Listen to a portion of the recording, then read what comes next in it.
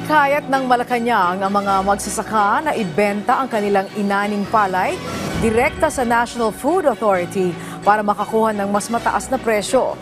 Sa harap ito ng ulat ng pagbaba umano ng presyo ng palay sa Cagayan dahil sa importasyon. Paglilinaw ng palasyo, wala itong basehan dahil ayon sa Department of Agriculture, maliit pa ang inaangkat na bigas ng bansa sa ngayon.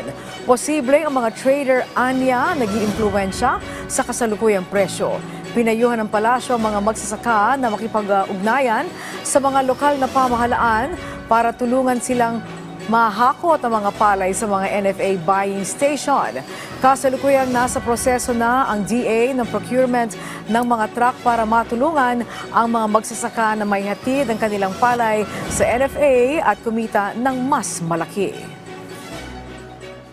Meron na po tayong ginagawang procuring po ng trucks.